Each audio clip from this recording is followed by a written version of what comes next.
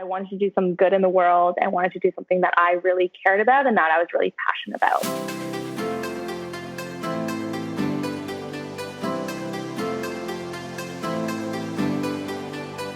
You're listening to the Work in Progress podcast, and we are your hosts, Dana and Angela. We believe your work and career should evolve with you, and it is therefore always a work in progress. In this podcast, you will hear stories of people who turn their careers from something that no longer serves them into something that complement who they are and their life goals. The way I like to think about it is that their careers are growing and stretching just like they are. Our goal is to inspire you to get out there and to make the changes you want for yourself and your future self. Let's get started.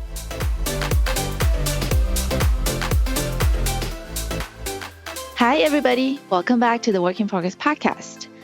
Today, we're talking to the founders of Sam and Lance, and we have Alora here with us today. We are actually introduced by a common friend, Amanda, and you've already heard her story a few episodes ago.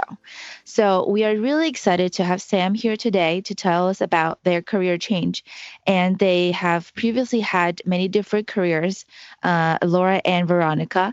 They're sisters, and we're really excited to have them tell us about their career changes, but also tell us about how these two sisters work together.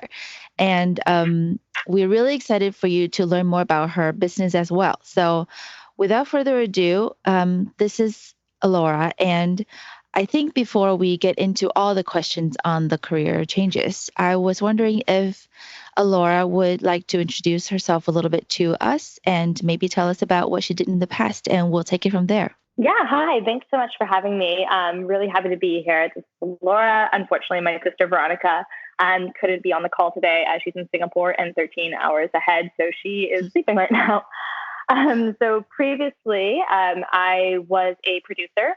I worked mainly in advertising and then made a transition about a year ago to become a full-time entrepreneur and start Sam and Lance, which is an online marketplace of curated goods that are all created by women and are all sustainable or eco-friendly. Yes, so I was actually on your website, browsed a little bit, and I really, really appreciate the fact that you can sort through the products and then you can sort through them by values.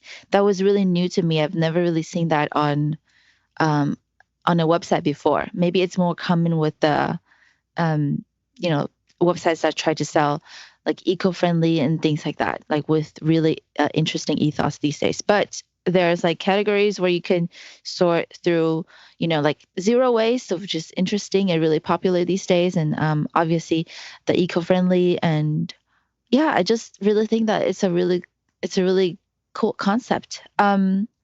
So you said that before starting this company with your sister about a year ago, you were in production in advertisement. Is that correct?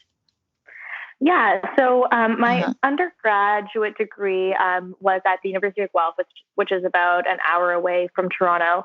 And there I minored in fine arts and marketing, and I didn't really know what I wanted to do after that. So when I graduated, I found myself working for a digital design and production company, and that's where I learned basically how to be a digital producer and work on different websites or apps or everything within the digital space for, ad agencies or for brands. And then I left that career or that job in around 2014, and I decided to travel the world. So I got rid of my apartment, all my belongings, quit my job, and traveled around the world for about 9 months. So that was, one of my passions is just traveling. And there, it kind of plays into the whole story of Sam and Lance is when you travel, one of my favorite things is to go to marketplaces and local, shops and artisans and finding all these, beautiful products from around the world. And that's one of my favorite things to do, and to support local communities. And a lot of these artisans are actually women. So that kind of will lend itself to the story of Sam and Lance.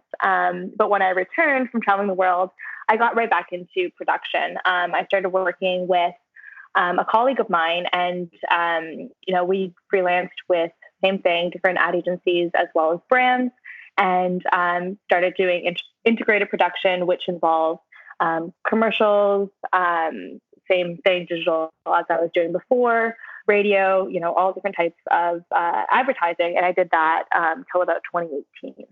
And when you say production in digital, could you give some more examples? Yeah, so a producer is someone who basically manages the entire project. So we would take everything from concept to completion. We would put together the right team. So let's say a client would come to us and they would want to create a website and then also an app and then also an experience that would all go together for one type of promotional idea that they had. Then we would put together the team that would make sense to create and run all of that and see all of that through while maintaining everything that goes along with it. So, whether that was, like I said, a website, an app, online banners, and everything in between. Wow, I see. That's a very useful skill set to have, I would say, in this day and age. Yeah, I think that was what was really interesting about that job, and what it taught me was just kind of how to figure anything out. So a lot of times client would come to us with, crazy ideas, whether they said we want to hang a car from the top of the CN Tower, or we want to get custom bikes made in Africa. We would basically have to figure out how to get that done without knowing or ever doing this process before. So it really taught me how to, create something no matter what it was, whether I had done that before or not. At what point did the idea of starting Sam & Lance really come to you, and why was that? Yeah, so in 2016, in between, working as a producer, I decided to do my MBA. So I did an accelerated MBA at the Paris School of Business, which is in Paris, France. So it was only a year-long program. So I went over and did that for a year while still working as a producer remotely in Toronto. So it was long days. And I knew that I wanted to do something bigger, something on my own, and become an entrepreneur. So I didn't really have the idea while I was doing my master's, but then about a year later, in 2017, I kind of was playing around with the idea. I wrote a business plan while on vacation, because I guess that's what everyone does when they're on vacation. And then I forgot about it for about a year, and then came back to it around 2019, last year. So how many years were you in the previous industry before you started? 6 years, I'd say. Did you have a burning desire to switch, or was it just kind of like a slow progression? Yeah, so a lot of people, they have their side hustle, and they have something that they're passionate about, that they're working on while they have a full-time job. And then it starts growing and it becomes really successful. And then they make the transition from their full-time job to, this passion that they have and this side project that is now becoming fruitful. I kind of did it the opposite way, which was a little bit of a struggle. So I decided to leave my full-time job in September of 2018. I had just gotten out of a, toxic relationship, and I wanted to do something bigger. I was kind of done with, making websites for, advertisers or for companies that, were just concerned about making money. I wanted to do some good in the world, and wanted to do something that I really cared about and that I was really passionate about. So it was a really tough decision to leave a really, amazing job with great benefits, great pay, to kind of just do some soul searching and figure out what's next. So from 2018, for about 6 months, I was just, doing some soul searching, looking around and figuring out what would be a good fit.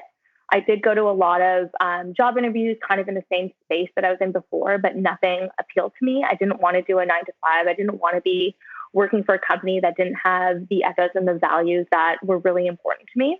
And then I came across that business plan that I had made in 2017, and I was like, well, this is amazing, and this is something that I'm really passionate about. So then I decided to dive in, and I started Sam & Lance and launched it officially in April 2019, after about 6 months of just kind of figuring out what my next step would be, and then moving into this. Wow. And so did your sister join you back then? Yeah, so at the time, she was actually living and working in Singapore. She's been there for about 3 years now. Her and her husband live there. And she was working for a subscription clothing company. So, it was just a monthly basis, and she did all the operations and managed the warehouse for that company. So she was still working there when I officially started Sam and Lance, and then she quit that company and joined Sam and Lance full time. I think it was June or July of 2019, around the end of the summer there. So she joined just a few months later, and has been working with me ever since. Wow. I have to say you guys are so brave, both of you, that you quit your job and then you just go in. And she joined pretty soon after you started as well. So that's really amazing. Yeah. So it's been definitely a journey, but an exciting one nonetheless. I see. Yeah, and it hasn't even That's so it's cool. been it's been a couple of months. You started in April, and so it's February right now. So Almost a year. But in about a month we'll be almost a celebrating. year. So in 2019, when you found your 2017 business plan, you read it again and you're like, oh my gosh, this is actually what I want to do. Like exactly, what I want to spend my time on. Did you read that again and then feel like, oh, certain things you would have changed? Or did you actually just start with the version, I guess, that you wrote in 2017? So I started with that version and I just kind of went full steam ahead. I actually pulled it up maybe a week ago and I hadn't looked at it in like a few years. And when I was reading through, it was funny looking at some pages and being like, oh, wow, we're right on track. And this is exactly what I had envisioned when I wrote this so many years ago. And then there's other pages where I'm like, nope, that didn't happen at all. That's not where we would go, or that's not the right direction. So we kind of organically pivoted and didn't try to stick too rigidly to the framework that I had, dreamed up of in 2017. I started this company with zero funding. So all of this was bootstrapped by myself as well as Veronica. So sometimes, there's things that we wanted to do that the business plan had written, but just weren't feasible in terms of finances. So, we pivoted and made shifts where it made sense. And I think that we did make the right decisions going forward. But yeah, there was definitely some pages that were not what happened, and some pages were right on track with where we are today. Mm-hmm. And when you first started, you decided that, okay, this is what I'm going to do full time now. Did you immediately think that you would need somebody else to step in and help you as a co-founder, or you thought maybe you could just do it for a little bit and see how it goes first? I think that at the time, I thought that it would grow a lot quicker than it did. So I think that when I first started it, I was just like, oh yeah, I'm going to have a staff of 10 in about 4 months, thinking that that's how quickly things would grow. But that wasn't the case. And, again, without a lot of funding or a lot of advertising dollars behind the company, we grew a lot slower and more organically. So that's why, it was helpful having Veronica come join. But now it's just basically the two of us and a few other contractors as needed whenever we bring someone else on. But it's basically just the two of us wearing all the hats. And I'm so curious about like how that first conversation you had with her, how that all went down. Like, 'cause I can imagine like, if for us, I think it's a lot easier of a conversation to have, hey, I have an idea that we can do in our free time, without any sort of financial risk of any kind, because we're just doing these on site. But for both of you guys, it sounded like, you went very quickly from working for somebody else to all of a sudden working for yourself. And yeah, so how did that all went down, like the first conversation when you had with Veronica, or maybe she was already aware of what you were doing and was already interested in joining you?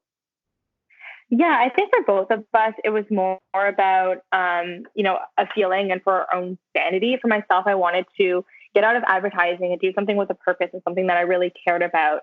And that was the motivation behind my switch. And then for Veronica, she wasn't enjoying her work at the company either that she was at. So she was working crazy long hours and, wasn't getting kind of the advancement that she wanted, or the control and kind of change that she wanted to see made in this company, that they weren't, interested in hearing her suggestions. So for her to come and and join this and have control and have autonomy and really make changes and see changes happen so quickly, because we're so lean that we're able to implement changes or try new things whenever we want.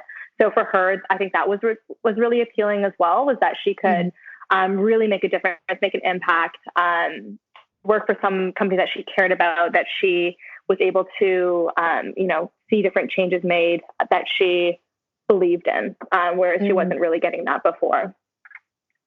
So in terms of the first couple of months, the day-to-day, when you started Sam & Lance, would you say it's kind of similar to what you were doing before with the ad agency, or was it totally different and you had to figure most things out on your own? I think it's a little bit of both. I took a lot of the structure and the way of doing things and kind of the production process, if you will, where you do the research and kind of figure out the next steps in your plan. And I did that for every single aspect, whether it was the creation of the online store or doing our finances or anything like that. Kind of going through that step-by-step ideation process was what I used, but everything else was a complete learning curve. Was figuring out how to create an online store all myself, how to grow an Instagram following, how to do all of these things on my own without, hiring someone to do it. So it was a lot of learning and growth at the beginning for sure. And now I think that we have a little bit more of a process in place and defined roles and have a routine, whereas before it was a lot of figuring out, trial and error, and a lot of Googling. Yeah. Google is our best friend. It's very true. Yeah. So you mentioned something that kind of caught my attention. You said ideation process. What was that? Does that refer to something specific, or you're just in general talking about just how you did things? Yeah, so it's more about just figuring out all the possibilities, mapping out, so let's say solution 1, solution 2, solution 3, what that costs, what that looks like, what an alternative option could be, what the timeline is, all of those things. And we would kind of do that for each new step of our company. And how did you decide on, sourcing? Where did you source your products from?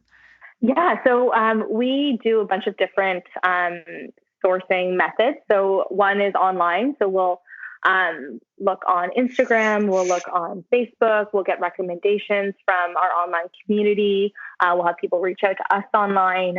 So a lot of our connections are made that way.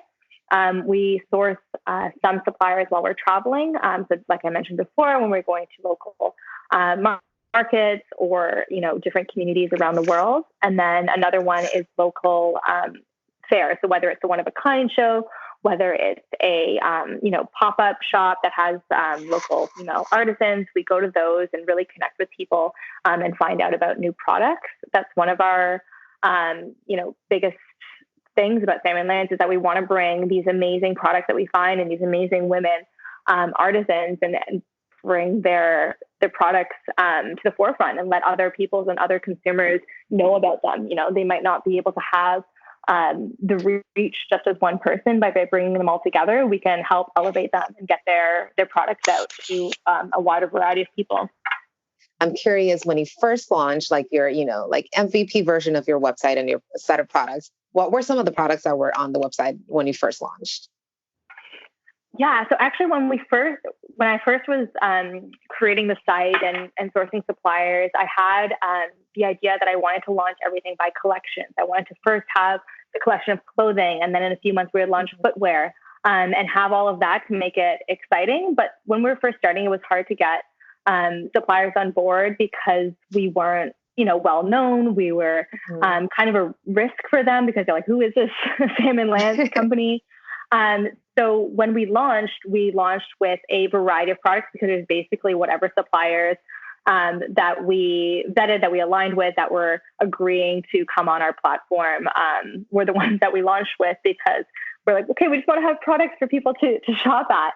and weren't able to launch in the collection series that we had first hoped to launch with. So we had a pretty good selection at the beginning. We started with our swimwear supplier, Passion Fruit Beachwear. So that they were one of our first suppliers that we had on our site. We had a few other small clothing suppliers. We had some accessories, Darza, which is one of our suppliers that has started with us from the beginning. They have hand embroidered goods that are all made by Palestinian women refugees. So they have some beautiful shoes and accessories and purses. So they were one of our other first suppliers. So we had some really great stories and some really great suppliers at the beginning, but it was much more wide ranging than we had thought, which was fine. And then, I think we launched with maybe 5 or 6 suppliers. So, how long did it take for you to, start the company and then launch your first set of products? How long was that? That was around 2 months. I think from like about February to April of 2019 is when we were really focused on the creation of our online store, of sourcing our first suppliers, and I mean, we've been tweaking everything obviously ever since. So our first version of our site looked similar to what it is now, but of course we've gone through a lot more iterations and refining and streamlining what our brand presence is. So it looks a lot different from what it was to what it is now, but it took around 2 months to get all of that up and running. I see. And I really like how you're sticking with your ethos. Why is this important? Yeah, so another reason that we started Sam Lands is because this is something that I wanted but couldn't find. I wanted to shop for ethical products. I wanted to support women-run businesses, but there wasn't one place that I could go and just purchase everything like a ethical Amazon.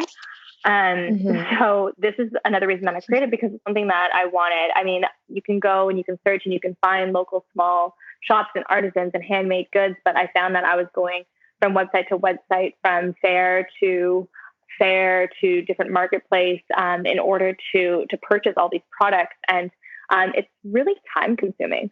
So I wanted to create this space that other people could find a solution to what I found that I was lacking. I find that, especially right now, it's so important to support female-founded businesses, to share their stories, especially ones that have such a great cause behind them. One of our values, like you mentioned at the beginning, we have 6 different values that we categorize everything in.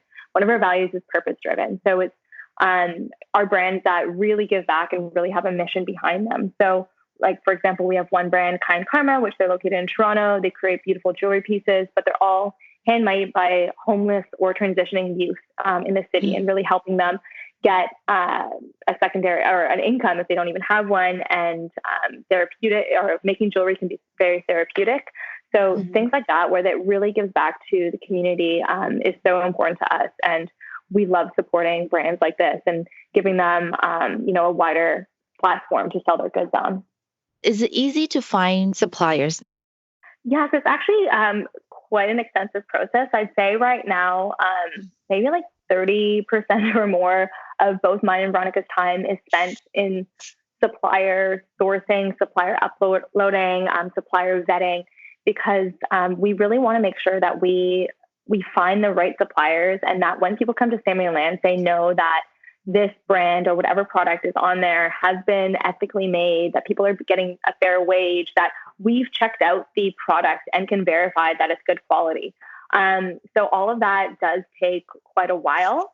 And yeah, in terms of finding them, like I mentioned before, we do online, we go to different fairs, we go to different marketplaces.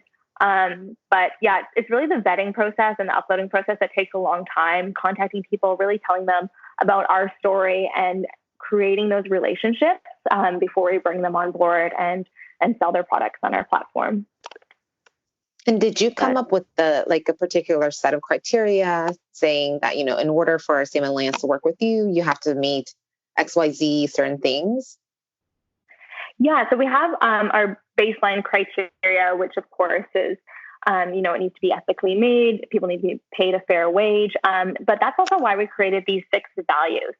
we didn't want to have, criteria that said that everything on our platform needs to be fair trade, because to get a fair trade certification doesn't make sense for a lot of companies, especially a lot of small companies. Some products are zero waste because they're made out of glass and can be recycled, but other ones aren't necessarily zero waste, but they're still eco-friendly and they're still made sustainably. So that's why we created these 6 different values that you can find on our website and find more of a description on them. But that's how we categorize each and every one of our products. So as you scroll through our site, each product page will have the icon of the values that it corresponds with. And every single one on our site has at least 1 to 2 of our values that it relates to. So as you mentioned, you can search, and if you think that eco-friendly is your value and that's the one that you hold near and dear to your heart, you can search through the whole eco-friendly collection and only purchase products that are eco-friendly or zero waste or fair trade or purpose-driven. So we want to make sure that, everyone has different values that they hold dear to their heart. And we want all of these important values to, are applicable to each of our products, but make it easier for people to be conscious consumers and shop for the values that they are finding most important to them. Did you feel like any one of these particular values really stood out? Was it particularly easy to find, for example, women-made products over other maybe sustainable products or anything like that? Yeah, I mean, everything on our site needs to be created by women or by a brand that is 50% plus women owned. So that's one of our biggest differentiators from any other platform or any other site that sells sustainable goods.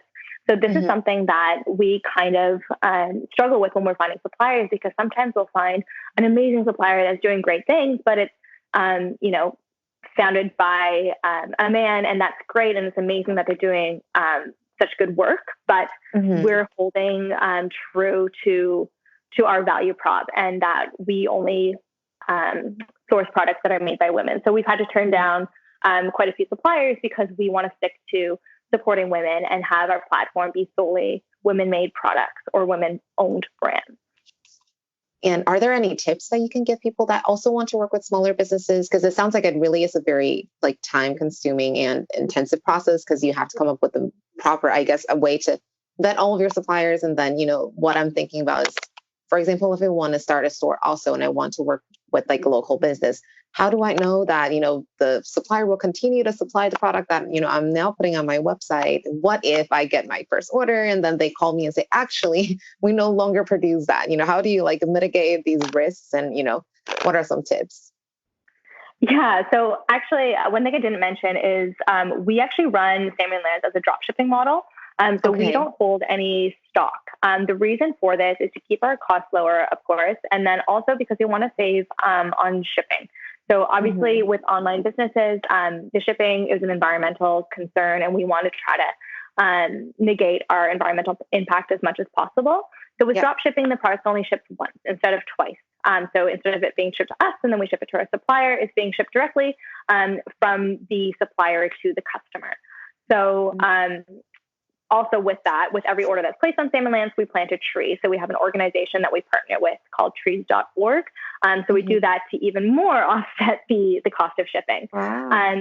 So with that, we want to make sure that our suppliers have the product in stock, and that, we really need to make sure that everything goes to the customer, in a great way. So on top of the vetting process, we ask them to relook at all of their shipping materials, make sure that everything is shipped using eco-friendly. We make recommendations for eco-friendly shipping suppliers that we work with, and help them, improve their shipping boxes or paper or tape that they use to make sure that that's eco-friendly. So that's one thing that we do. Then we also include, a branded insert that explains about Salmon Lands that we send to our suppliers, and we get them to include as well. And we also ask them to set aside whatever inventory they feel comfortable setting aside for us. So whether that's 5 items, whether that's 20, whether that's 1, it really varies supplier to supplier, and we're happy to accommodate and work with them, whatever that is. And that's kind of how we track inventory to make sure that they're not going to be sold out of an item when a customer purchases on Salmon Lands. So that's how we kind of keep track of everything. And then to your question about having to find and vet more suppliers, and if someone wanted to work with small businesses, I think it's really just making those conversations, making those connections, taking the 15 minutes to chat with them on the phone, have a list of questions of everything that you find important to you, to really go through it with them, whether it's from eco-friendly packaging, whether it's from how they create their products, what are the materials that they use, where do they source everything from, and just talking to them and finding out, what their story is, and if it aligns with what you want to carry forward. That's so cool. And it sounds like, like in addition to having those conversations, maybe you needed some kind of a legal guidance so that, when you actually formally have that relationship with your supplier, things are still kind of like following and going the same way as you talked about in your conversation. So did you need any like legal consultation, or like had to spend some time and potentially, maybe money, like hiring a lawyer as you were working with all of your suppliers? Yeah, we didn't hire a lawyer, but we do have a quite extensive onboarding form that we send to each supplier prior to them joining Salmon Lands and becoming part of our community. So this onboarding form basically has a whole bunch of questions that they have to click and agree to and go through. And it's basically our online contract that verifies that they're going to, do everything that we discussed and make sure that everything's ethical in terms of shipping. It has all of our return policies, who's responsible for shipping costs, everything like that we've kind of discussed. We have this all in our onboarding form that we then save, and then they have a copy of. So that's kind of our legal agreement that every supplier completes before they are officially a part of our community. Wow. And did this part, did you already think about this part and have it all kind of outlined when you were writing your business plan, or this was kind of like somewhat of a learning process where you feel like you need to have this much structure and kind of, be this prepared when you're working with suppliers? Yeah, this is definitely something that came up along the way once we started onboarding suppliers. We needed a simple way to kind of gather all the information instead of sending emails that people would just kind of half respond to. It was really easy to just have this online form. So, certain sections of the form, for example, have upload a high-res image of the company logo or of the founders. And then that way we just have everything there, and it's easier for us, it's easier for them. This came in part of a need versus something that we had thought of previously in the business plan. So I want to go back to when you first decided to start this whole journey. Did you tell anyone in your family? Did you tell any of your friends? Yeah, that's a great question. So when I started it, when I was really building the website, I told my family. So I told Veronica and then my parents. My family's really close. It's just the four of us. And actually the company, I named it after mine and Veronica's two grandmothers. So Sam was my dad's mom. She used to sign all of her cards and all of her embroideries, SAM, because it was her initials, Shirley Ann May. And then Lance was my mom's name. And it was a nickname given to her from her brother when he came back from the war, because he was a Lance Corporal. So he kind of gave his name to her as a nickname. So I named it after my two grandmothers and really told my family about it, but I kept it within my family. I didn't tell any of my friends or any of the people close to me for about 6 months. I felt like I had some serious imposter syndrome going on. I was like, okay, I will tell everybody once my Instagram page has 500 more followers. I'll tell them once I make these tweaks on the homepage. And I just felt that it was never good enough. As a perfectionist, I was just like, oh no, I need to have 10 more suppliers before I can tell anybody, because then it'll look like we're successful. So I really didn't want to tell any of my friends, which was a big, obviously, shame and hindrance, and something that I've rectified now. But it really took a long time for me to, tell people and be proud of what we were doing. So yeah, that's a really good question, because it was something that I kept to myself for a long time, which obviously no one should ever do. Wow. So at what point did you start telling people? I'd say last November. So Okay. it was a good solid like 6 months from our launch to even telling friends. And they're like, what? I didn't know that you were doing this for this long. And they were just, like, why didn't you tell us earlier? And it really was just not being confident in myself and that I was doing something that was great. And yeah. I see. And what made you feel comfortable telling people? Was it because you already made some sales or something like that? Yeah, I mean, we made some sales, of course, throughout the last 6 months of the company, but it was just kind of getting over my own fear of people saying that that's not good or that you shouldn't be doing that.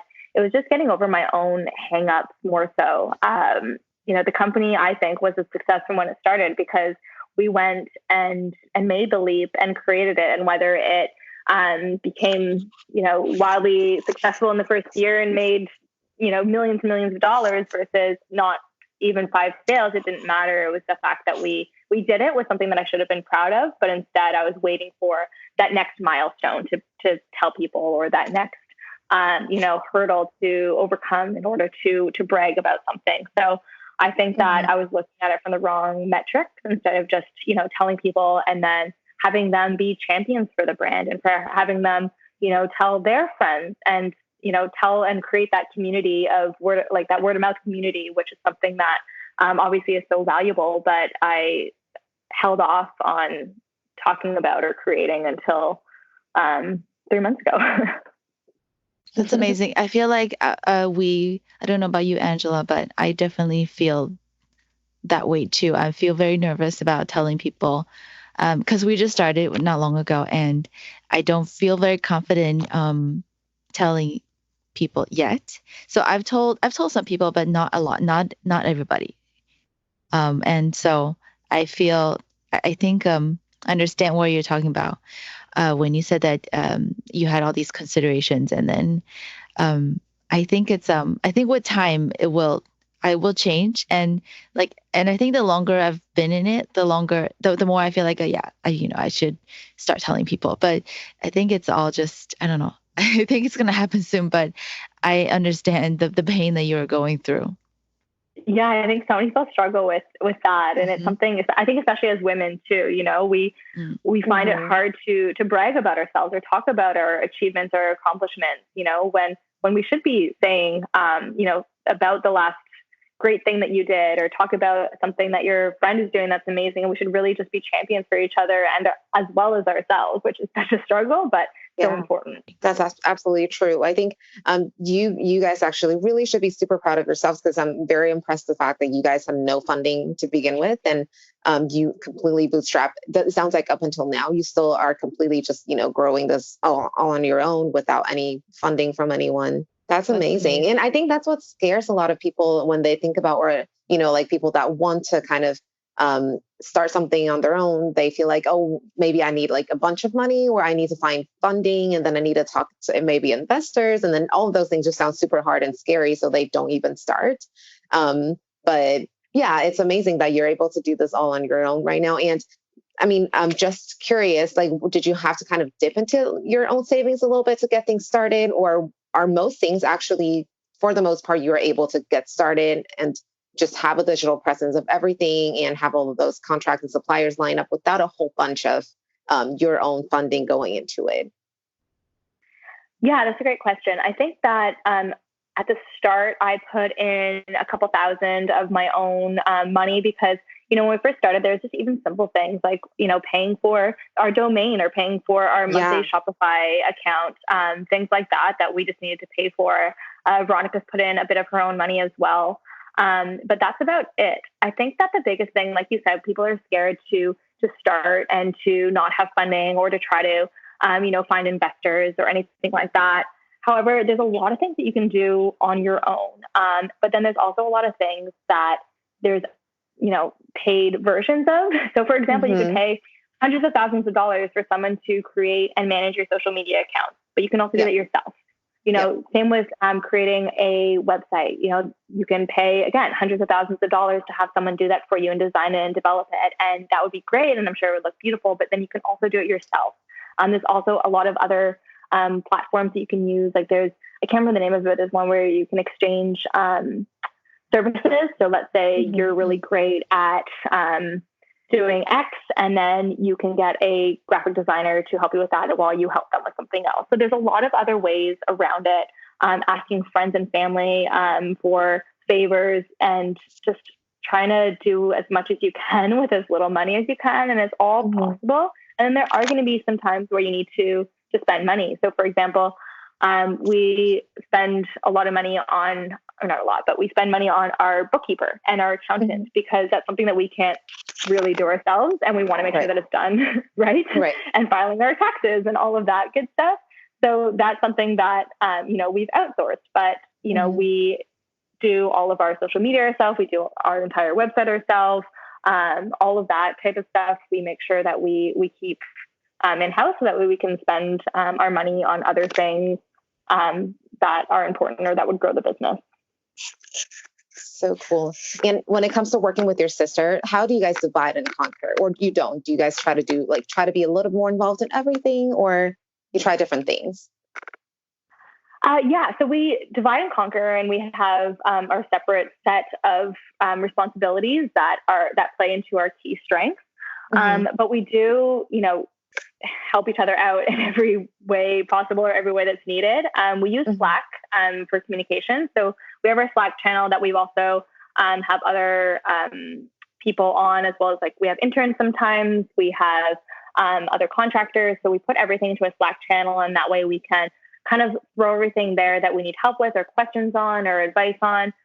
Because we are 13-hour time difference, it's really hard to get answers within the moment. So we just put everything there, and then it's easy to see what she's working on that she might need some help with, or I might need input on something that she can then answer me when she, gets around to it in her working day. And then every Tuesday morning, or my morning, her night, we have our status call. So I think it's like 9 o'clock or 8:30 in the morning for me, and then 9:30 at night for her. And then that's the time that we just really connect face to face, and just kind of go over everything and our goals for the next week or month, and set everything out that way.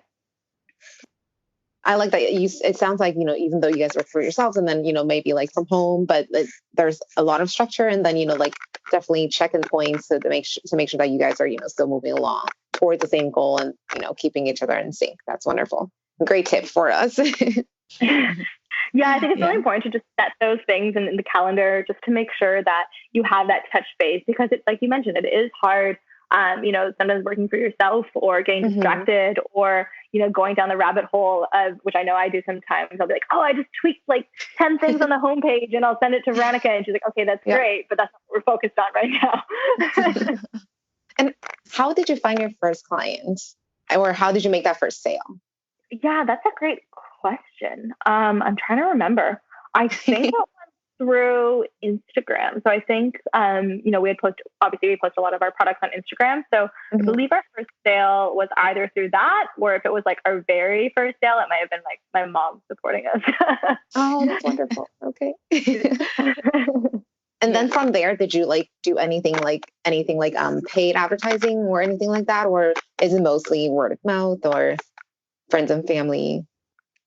Yeah, so friends and family, word of mouth, of course. We did do quite a bit of Instagram ads and Facebook ads last year. They didn't give us the return that we were hoping for. So this year, we're going to be focusing a lot more on partnerships with sustainable or women-focused influencers, and really get out into the community more, do a lot more talks or, partnerships, and focus on that instead of just being online. So it's more about the talking and not hiding behind a screen and telling people about your story, and something, like I mentioned before, that I struggled with, and really overcoming that this year, and getting out into the community more instead of just, focusing on online ads or Instagram. When did you start? So I'm assuming you sound more like me, where I'm not very comfortable with showing my faces and, to the public and just things like that. And at what point did you start to feel more comfortable doing that? Yeah, I think that was around November, December of 2019, so last year. And I don't know what the shift was. I think it was just more, working on myself and personal development, and having the confidence to talk about what I'm doing and talk about the great women and the great brands that we're supporting. And, it's something to be proud of, and it's something to really, have a sense of pride and tell people this story and tell people the stories of the products and the purpose behind our company. But I think I was just really having the confidence to do that, and start small, like started with really close friends, and then started to, networking events and talking to those people. So just kind of starting where you're comfortable, and then moving to maybe scarier conversations. What is it like working with your sister? Yeah, I think it's great. No, it's really fantastic. I think that, we are so close. We're close in age. We're 18 months apart, I think. So even though we're so close, we're such close friends, we're so close in age, we are very different, and we have very different personalities. And I think that for us, one of our biggest strengths is that, she is, much better at a lot of things than I am. And she really kind of rounds out everything that I'm lacking. So I think that it's a really great partnership in that way. And then also that we're not afraid to tell each other the truth. So, I might say something and she'll be like, actually, no, that's not a great idea. Did you think of it from this way? So, we're not scared to tell each other, how we feel or what our thoughts are. So I think that that's really powerful, because you could have a business partnership where, you're tiptoeing around each other, and then, that's not great for the overall health of the company. So I think that being able to be really honest with each other and really trust each other is something that I think makes our business partnership so strong. So what are some things that you primarily take over and do? And then what are some things that you kind of just pass it on to your sister because she's better at them? Yeah. So, because of my background in fine arts, I'm much more visual, and she's much more copy heavy. So for example, for Instagram, or any of our social content, I'll create all the visuals. And then she's the one who'll write the copy.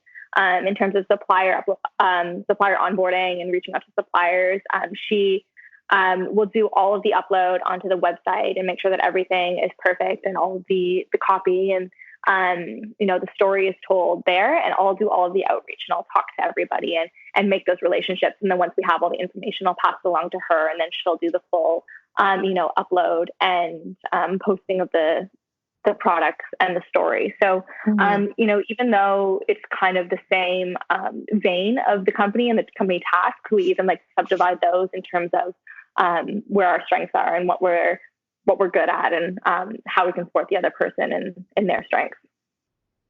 And what are some resources that, you think helped you the most when you were initially trying to start the company and to learn about a bunch of different things? And then what are some resources that continue to help you, stay current and be updated on all the, new things that are being discovered nowadays?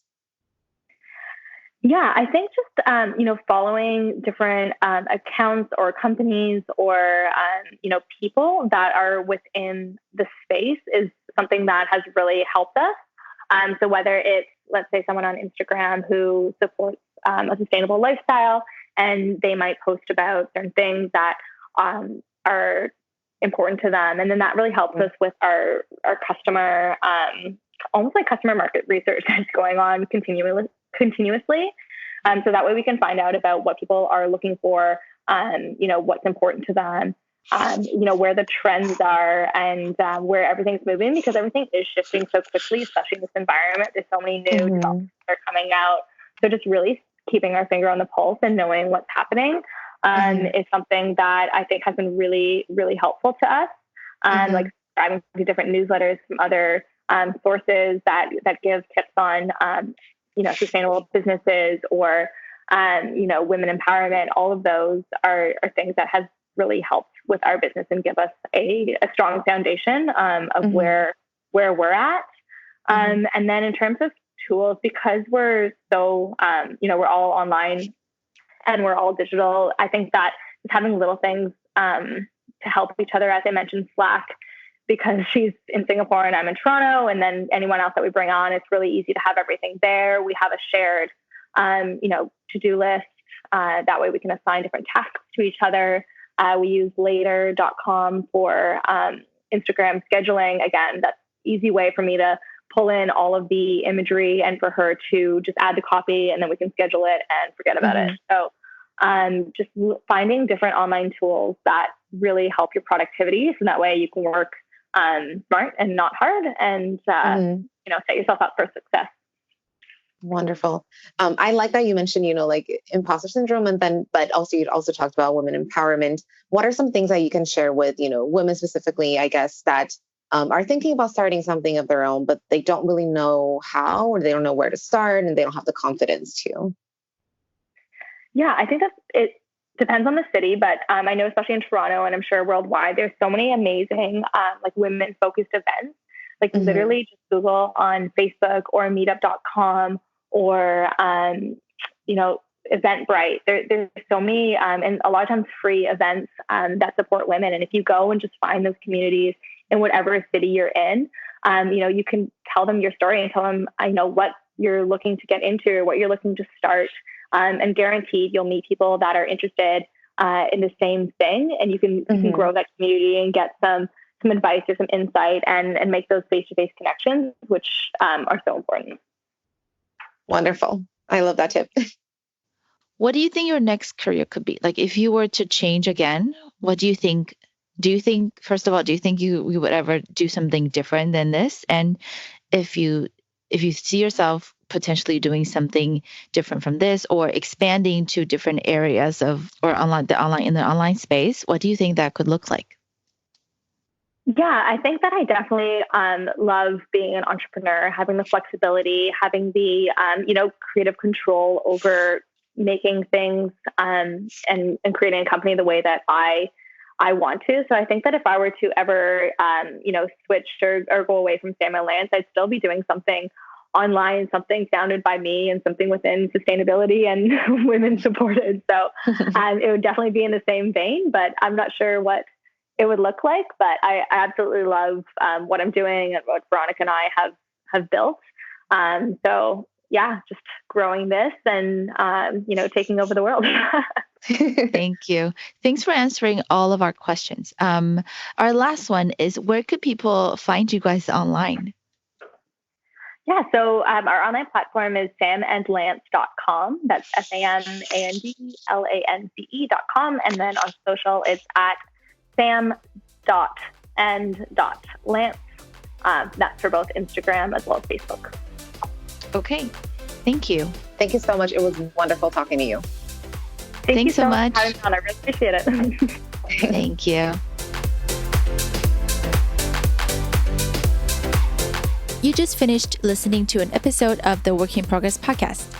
If you like this episode, make sure you share this with someone who can benefit from it and leave us a review on iTunes. Don't forget to let us know what you think or if you have any questions. You can find our contact information in the episode description. Keep doing the good work, and I look forward to speaking with you soon.